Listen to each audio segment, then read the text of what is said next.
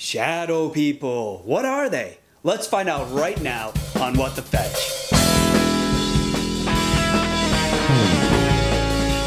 Hey weirdos, I'm Grant. I get a lot of questions about shadow people, kind of like this one from Tony Dominguez. He says, I saw a shadow figure and was wondering, is a shadow figure a residual haunt or a poltergeist haunt? Well, Tony, to be perfectly clear, yes and no.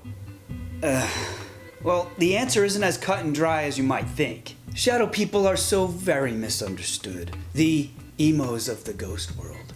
To find the answer, we have to first ask the question, what qualifies an entity as a shadow person? Well, they're shadowy forms, darker than black, and they're usually tall, around 6 feet or so. And,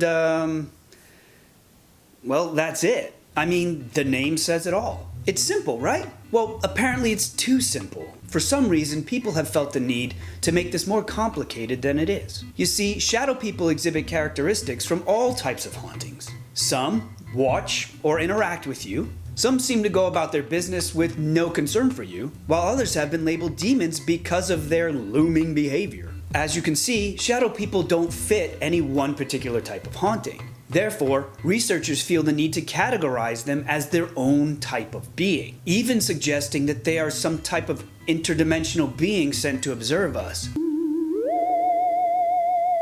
Guys, there's a reason they span all types of hauntings. The only thing that these shadow people have in common is that they all look like shadows. If you remove that fact, the activity they exhibit falls squarely into the typical types of hauntings we've come to expect. Well, for me, the solution is simple. Don't judge a book by its cover. Shadow people are not a type of entity, they're a type of manifestation. Entities of any type can manifest as a glowing light, a black shadow, a clear but translucent form, or a full body solid apparition. A shadow is just one way an entity can manifest, not an entirely separate type of entity. Now, we don't categorize other entities based on the type of manifestation they use to appear. We categorize them by their origin. So why do we only do this with entities that manifest as shadows? It doesn't make sense. To me, they've always just been a type of manifestation. I am convinced that entities aren't truly in control of how or when they manifest. It seems to be a combination of environmental conditions, timing, the viewer's sensitivity, and the entity itself. And just because the entity is darker than black doesn't mean that it's negative or evil. I found that the color of the entity has nothing to do with the entity's personality or intent. All types of haunting can manifest as shadows. We see intelligent human hauntings as shadows all the time. In fact, this is why we use infrared cameras to more easily catch shadowy figures. I have seen many residual hauntings where the entity appears as a black shadow on some days and as a full body apparition on others. Remember, poltergeists for me are hauntings caused by living people. In many cases of poltergeist activity, more often than not, the manifestations appear as dark shadows. A negative entity will almost always appear as a black shadow in the beginning, and then take the shape of something else later on. Elementals appear to many people as black shadows too, but they're usually shorter, around 3 feet tall.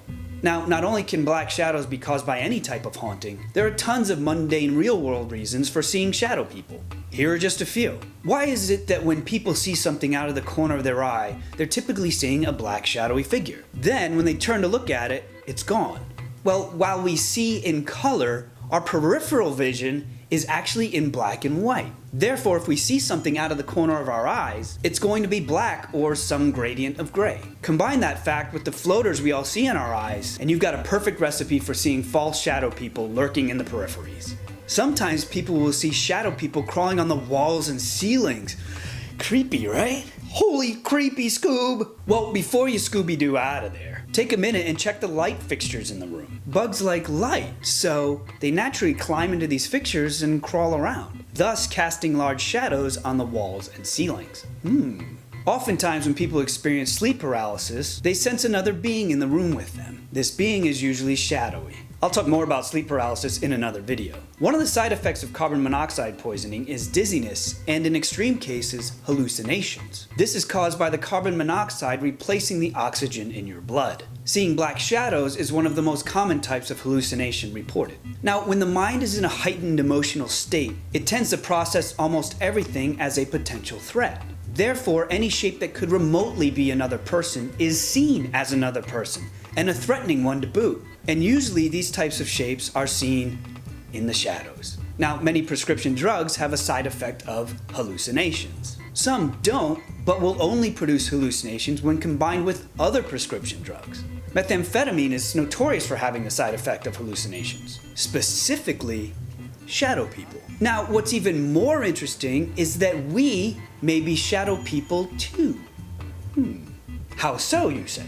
Every time I have had amazing, solid communication with an entity through EVP, K2, flashlights knocking, you name it, complete with control questions and consistent answers, I've been able to ask those entities if we look like shadows to them. And the answer has always been yes. We need to keep this fact in mind when communicating with the entities. If we look like shadows to them, that could be terribly intimidating to them, thus giving us an uphill battle in earning their trust. So, before we jump the gun on assuming what a shadow person is based on looks alone, we need to give the entity the same ability to prove itself to us as we would expect them to do for us. So, to bring it back around, Tony, a shadow person can be a residual or a poltergeist type haunt, or any other type of entity, or no entity at all. So, what about you? Have you had an experience with a shadow person? What was it like? Leave a comment down below and share your story with all of us. And please, if you like what you see here, share this channel with all your friends, family, and teams, no matter how shadowy they may be. Thanks for stopping by, guys. Stay weird.